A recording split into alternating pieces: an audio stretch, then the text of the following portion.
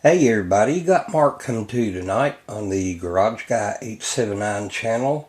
Tonight is Saturday night, January 21st, 2023.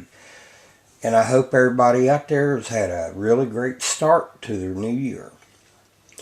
And before I start the video, I do want to send a shout out to a fellow YouTuber. I'm talking Hillbilly Up. He's got a good channel, and he also has an excellent live stream on Saturday nights. So get on over to his channel. He's got about 450 subscribers right now. Let's help him hit that 500 sub mark. Alright, Hillbilly Up. Anyway, what we're looking at right here is a 12 gauge single shot shotgun. It has no markings on it whatsoever except on top of the barrel up here, and we'll get to that in a minute. My buddy Josh Tilson, we seen him on a few of my earlier videos from a few years back, brought this to me and said, "Mark, I have no idea what it is." His dad had it for years, and then he gave it to Josh, and we don't know who made it. There's no serial number on it or anything, so I thought I'd get a few close looks at it, and maybe some viewers out there, especially Boomstick out there. He seems to know quite a bit about these older single shots. Maybe we can get an idea of who it was made by and maybe when, So this is one of those videos where I ask for a little help. Alright? Let's take a closer look at it. Alright, my first impressions of this, the wooden fore-end stock on here is rather short. And I had no idea who might have made such a long shotgun. This thing has a 30 1/2 inch barrel on it. And I've run across these single shots. They would have a 24 inch, 26 inch. Some of them would have a 32 inch barrel.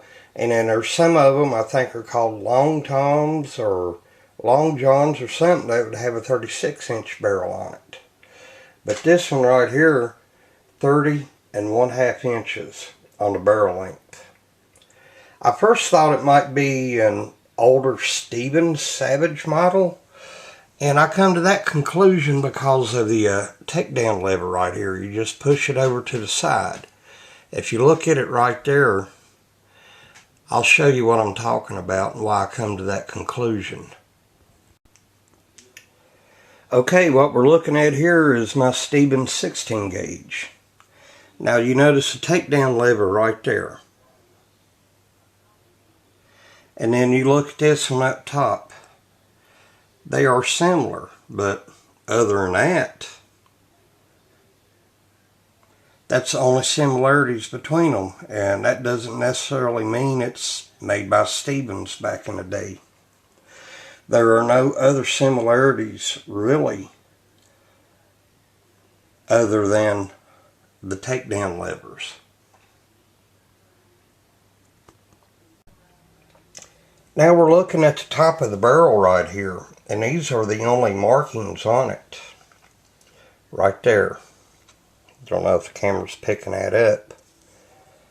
But, let's see, got some shadow going on. But right here, it says patented. And I got my Dollar General store ring glasses on. Patented 12/19/12. Like I said, I don't know if the camera's picking it up, but there are no other markings on it. We look at this side of the receiver right here, nothing.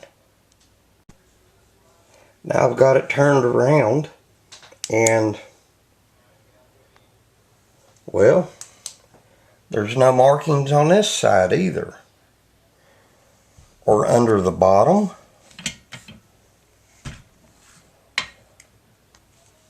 Not a thing in the world. But we'll go ahead, we'll get a good look at the shoulder stock right here. And let me set it down and we'll get a look at the back plate.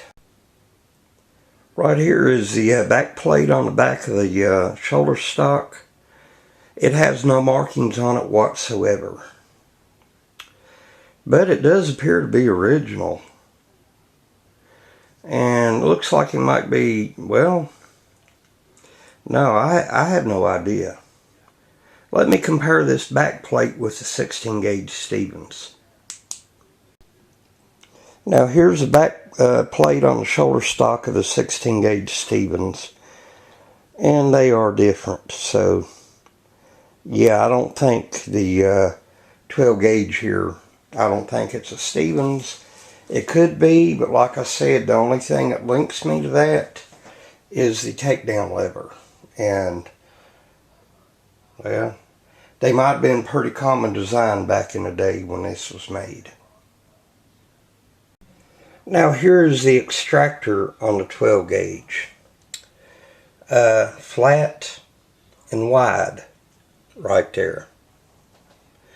Here's the extractor on the Stevens 16 gauge. It's a lot more narrow right there. So yeah, totally different. You know, some people might say, well, one's a 12 and one's a 16.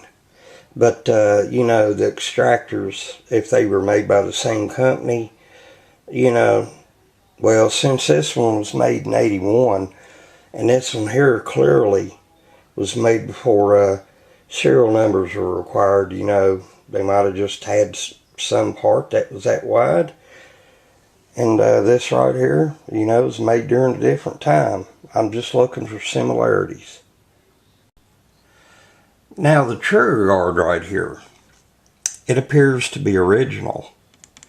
It's not plastic, it's some kind of almost soft feeling metal. I don't think it's tin. But then again, it could be. I mean, tin, you could fairly well bend it if you hand, and it's harder than that. But the trigger also appears to be metal or steel.